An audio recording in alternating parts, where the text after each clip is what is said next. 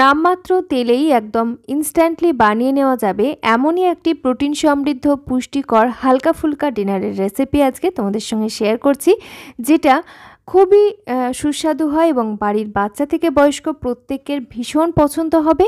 আর তাছাড়া তোমরা যারা শরীরের ওজন নিয়ন্ত্রণে রাখতে চাইছো, ভুঁড়ি কমাতে চাইছো, তাদের জন্য একেবারে অ্যাপ্রোপ্রিয়েট এই রেসিপি। তো এর জন্য আমি নিয়েছি মুসুর ডাল, 1 বাটি পরিমাণ গোটা খোসা সহ মুসুর ডাল নিয়েছি। আর এটা কয়েকবার জল দিয়ে প্রথমে ধুয়ে নিচ্ছি। আর এই গোটা মুসুর ডাল বা খোসা সহ মুসুর ডালের মধ্যে রয়েছে প্রচুর পরিমাণে ফাইবার, প্রোটিন তো রয়েছে, এছাড়াও ক্যালসিয়াম, আয়রন এগুলোও কিন্তু রয়েছে। তাই খোসা সহ যে কোনো ডাল আমাদের কিন্তু স্বাস্থ্যের জন্য বেশি উপকারী হয়ে থাকে। গোটা মুসুর ডাল হচ্ছে ইনস্ট্যান্টলি বানিয়ে নেওয়া যায়, এটা সিদ্ধ হতে একদম নর্মাল মুসুর ডাল যেমন সময় লাগে ঠিক সেরকমই সময় লাগে।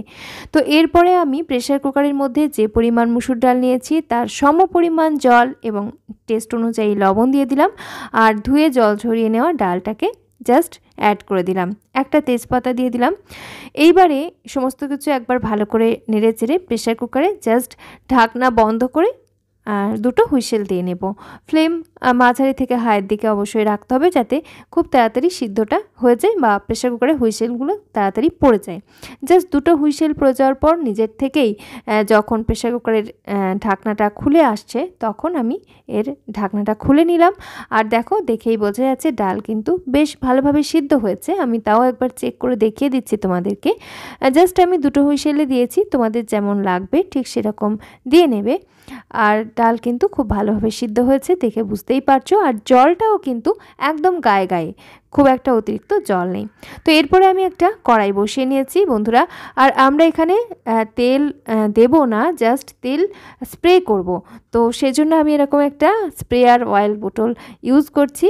আর এই বোতলের লিঙ্ক এবং আমি এখানে কাস্ট আয়রনের একটা কড়াই ব্যবহার করছি, এই কড়াইয়ের লিঙ্ক ডেসক্রিপশন বক্সে তো থাকছে না, আমি এখানে পিন করে দিচ্ছি ভিডিওর মধ্যেই, তোমরা জাস্ট সেখানে ক্লিক করলে চেক করে দেখে নিতে পারবে। তো যাই হোক, কড়াইটা আমি ভালো করে গরম করে তার মধ্যে তেল স্প্রে করে নিয়েছি। তোমরা এখানে জাস্ট 1-2 ফোঁটা তেল দিয়ে নেবে।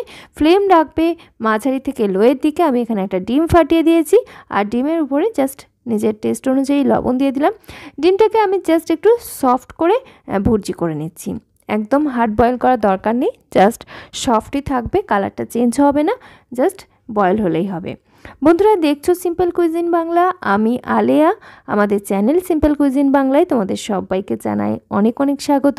তোমরা আজকে যারা ফার্স্ট টাইম আমাদের চ্যানেল ভিজিট করছো তাদের জন্য বলে রাখি, আমি কিন্তু প্রায় প্রতিনিয়তই এরকম স্বাস্থ্যকর রেসিপি শেয়ার করে থাকি, যেগুলো বাড়ির বাচ্চা থেকে বয়স্ক সবার জন্য উপকারী হওয়ার পাশাপাশি তোমরা যারা শরীরের ওজন নিয়ন্ত্রণে রাখতে চাইছো কিংবা প্রেশার, সুগার, কোলেস্টেরল এই ধরনের কোনো সমস্যার মধ্যে রয়েছো তাদের জন্য রেসিপিগুলো ভীষণ উপকারী হয়ে থাকে। তাই এই ধরনের স্বাস্থ্যকর রেসিপির সন্ধান পেতে চাইলে অবশ্যই চ্যানেলটি সাবস্ক্রাইব করে পাশে থাকা বেল আইকনটা অল করে রাখতে হবে, যাতে আমি নতুন ভিডিও আপলোড করার সাথে সাথে তার ইনস্ট্যান্ট নোটিফিকেশান তোমার কাছে পৌঁছে যায়।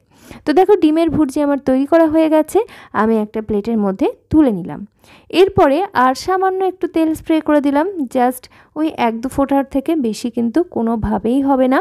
আর তারপরে আমি এখানে অ্যাড করে নিচ্ছি কিছুটা জিরে, ওই 1/4 টিস্পুন মতো জিরে দিয়েছি।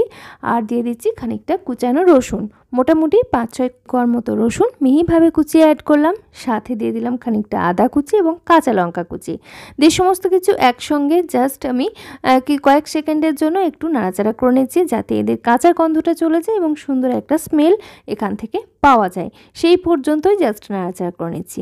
আর বন্ধুরা, স্বাস্থ্যকর খাবার বানাতে চাইলে অবশ্যই কিন্তু ফ্লেম রাখতে হবে মাঝারিতে, কখনোই হাই ফ্লেমে নয়, মাঝারি থেকে লোয়ের দিকে ফ্লেম রেখে রান্নাটা করতে হবে। আর কিন্তু অতিরিক্ত সিদ্ধ করার প্রয়োজন নেই বা অতিরিক্ত পুড়িয়ে ফেলারও কোনো দরকার নেই, তাহলে কিন্তু খাবারের পুষ্টিগুণ নষ্ট হয়ে যাবে। এবারে আমি এখানে কিছুটা ক্যাপসিকাম অ্যাড করেছি আর ক্যাপসিকামটা একটু নাড়াচাড়া করে নিচ্ছি। ক্যাপসিকামের কাঁচা গন্ধটা চলে যাওয়া পর্যন্ত আমি এখানে কুক করছি। বন্ধুরা, এখন হচ্ছে মনসুন সিজন বা বর্ষাকাল, আর বর্ষাকালে কিন্তু এই যে সমস্ত সবজিগুলো পাওয়া যায় সেই সবজিগুলোকে আমাদের কিন্তু ভালোভাবে সিদ্ধ করে খাওয়াটাই উচিত।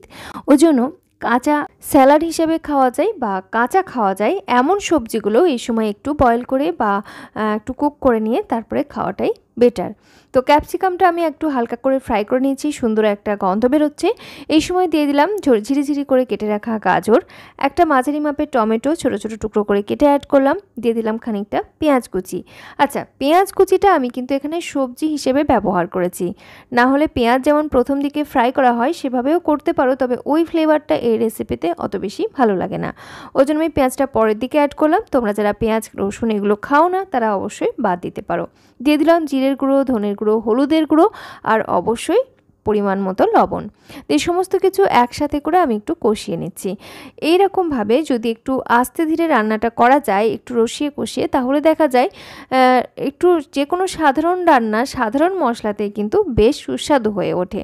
আর যেহেতু আমরা এই রেসিপিটা ভীষণ হেলদি ওয়েতে বানাচ্ছি, তেল মশলার ব্যবহার খুবই কম এবং নামমাত্র তেলেতেই হয়ে যাচ্ছে। তোমরা যারা একদম জিরো অয়েল বানাতে চাইছো তারাও কিন্তু করতে পারো। তেলের পরিবর্তে এখানে তোমরা ফার্স্টে শুকনো কড়াইতেই কিন্তু জিরে বা যে সমস্ত মশলাগুলো দিয়েছি ওগুলোকে দিয়ে রান্নাটা শুরু করতে পারো, তাতেও কিন্তু করা যাবে। তবে টেস্টের দিকে একটু খেয়াল রাখলে সামান্য পরিমাণ এরকম যদি তেল স্প্রে করে নাও সেক্ষেত্রে কিন্তু খুব সুন্দরভাবে ব্যালেন্স হয়ে যাচ্ছে। তো সমস্ত কিছু আমি একটু ঢাকা চাপা দিয়ে রান্না করেছি, সবজিটা কষানো হয়েছে, সুন্দর একটা ফ্লেভারও এসেছে। সেই সময় দিয়ে দিলাম সিদ্ধ করে রাখা গোটা মসুর ডাল এবং দিয়ে দিলাম খানিকটা চানা মশলা, যেটা আমরা ওই কাবুলি চানা রান্না করার সময় ব্যবহার করে থাকি। ওই চানা মশলা যেটা প্যাকেটে পাওয়া যায় ওই মশলাই দিয়েছি মোটামুটি হাফ চা চামচ পরিমাণ দিয়ে সমস্ত কিছু একসাথে কষিয়ে নিচ্ছি। এখানে তোমরা চাইলে চানা মশলার পরিবর্তে একটু কাসুরি মেথি যদি থাকে সেটাকে একটু হালকা ড্রাই রোস্ট করে নিয়ে হাতে একটু ক্রাশ করে অ্যাড করতে পারো, খুব সুন্দর একটা ফ্লেভার আসবে।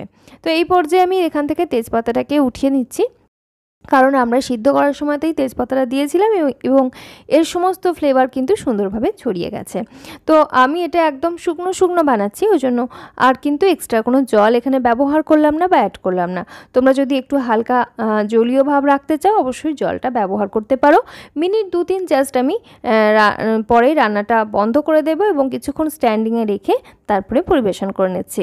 তৈরি হয়ে গেল ভীষণই শর্টকাট ওয়েতে একদম চটজলদি একটা প্রোটিন সমৃদ্ধ রেসিপি গোটা মুসুর ডালের তরকা। এটা তোমরা সকালে, দুপুরে কিংবা রাত্রে ভাতের পরিবর্তে এমনি খেতে পারো। দীর্ঘক্ষণ পেট ভর্তি রাখবে এবং প্রচুর পরিমাণে পুষ্টিগুণ কিন্তু এর মধ্যে রয়েছে। বাচ্চা বড় যে কোনো বয়সের মানুষকেই কিন্তু সার্ভ করা যাবে। ভীষণ টেস্টি।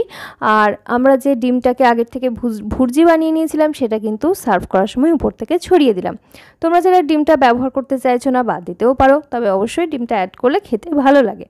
আরেকটু আমি কাঁচা পেঁয়াজ, কাঁচা লঙ্কা এগুলো ছড়িয়ে দিলাম। চাইলে 2-4 ফোঁটা পাতিলেবুর রস ব্যবহার করতে পারো, ভীষণ সুন্দর লাগবে খেতে।